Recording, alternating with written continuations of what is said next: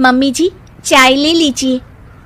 अरे कलमुही, तेरे हाथों से तो चाय पीते हुए भी डर लगता है, कहीं इससे तेरा रंग मुझ पर ना चढ़ जाए।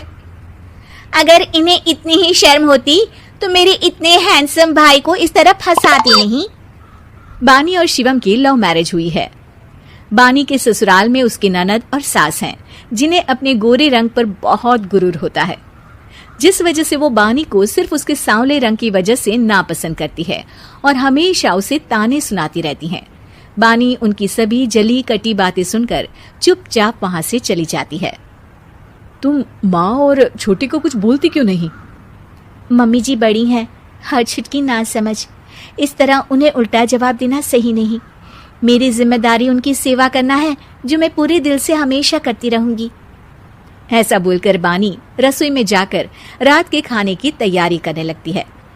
रात को खाना खाते हुए बानी की सास उसे कहती है, कल मैंने अपनी फ्रेंड्स के साथ किटी पार्टी रखी है, समय से सारा खाना बना देना और अपना मनहूस चेहरा लेकर ज्यादा उनके सामने मत आना, समझी?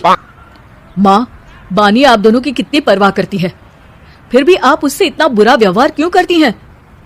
अरे एक तो लव मैरिज करके इस कलमुही को हमारे सर पर लाकर बिठा दिया और अब हम इसे कुछ बोल भी नहीं सकते क्या? भैया तो इनकी तरफदारी करेंगे ही, आखिर इन्होंने पूरी तरह उन्हें अपने वश में जो किया है। जिसे जो करना है करे, बस कल मेरा सारा काम समय पर हो जाना चाहिए।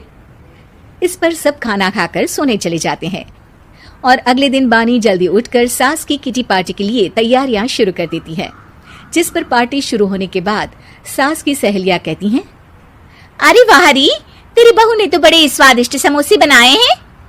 हाँ भाई, रंग कैसा भी हो, खाना बनाने में बिल्कुल अन्नपूर्णा है। अरे इसकी भी क्या बात करनी, मेरी बेटी से मिलो, इसकी सुंदरता के आगे तो उर्वशी रंभा भी फेल है। उर्वशी रंभा को तो फेल कर देगी, पर क्या अन्नपूर्णा बन पाएगी? अरे इसे काम करने की क्या जरूरत, उसके लिए बानी है तो, और मैं तो इसकी शादी भी किसी नौकर चाकर वाले घर में ही करूंगी। बानी वापस रसोई में चली जाती है और किटी पार्टी चलती रहती है। उसी रात को बानी की सास गुस्से में चिल्लाते हुए अपने कमरे से बाहर निकल कर आती है। हाय रे, चोरी हो गई मेरे पैसे, पक्का पक्का इस कलमुही की वजह से हुआ है ये सब। अरे क्या हुआ माँ, कौन सा आसमान टूट गया? अरे आसमान तो उसी दिन टूट गया था जब तू इस कलमुही से शादी करके इसे घर में ले आया था। खुद तो आई ही, अपने साथ साथ मनहूसियत का काला साया भी मेरे घर ले आई। अरे हुआ क्या माँ? अरे मेरी तिजोरी में रखे पैसे कहीं गायब हो गए, सुबह ही देखा, अरे यहीं रखे थे। क्या आप मुझ पर चोरी का इल्जाम लगा रही हैं? अरे काली बिल्ली पर भी क्या कोई मनहूसियत का इल्जाम लगाता है? ऐसा बोलकर बानी की सास वहां से चली जाती है, जिसके बाद शिवम और बानी बात करने लगते हैं। देखो, मम्मी की बात का बुरा मत मानना, वो बस परेशान है ना, इसलिए कुछ भी बोल गई। वो परेशान नहीं, मुझसे नफरत की वजह से ऐसा बोलकर गई हैं। उन्हें मैं हमेशा एक आंख नहीं सुहाती। देखो बानी, अगर तुम चाहो तो हम दूसरा घर लेकर वहां शिफ्ट कर सकते हैं। आखिर तुमसे प्यार करके तुम्हें अपनी जिम्मेदारी पर इस घर में लेकर आया हूं, इस तरह टॉर्चर नहीं होने दे सकता।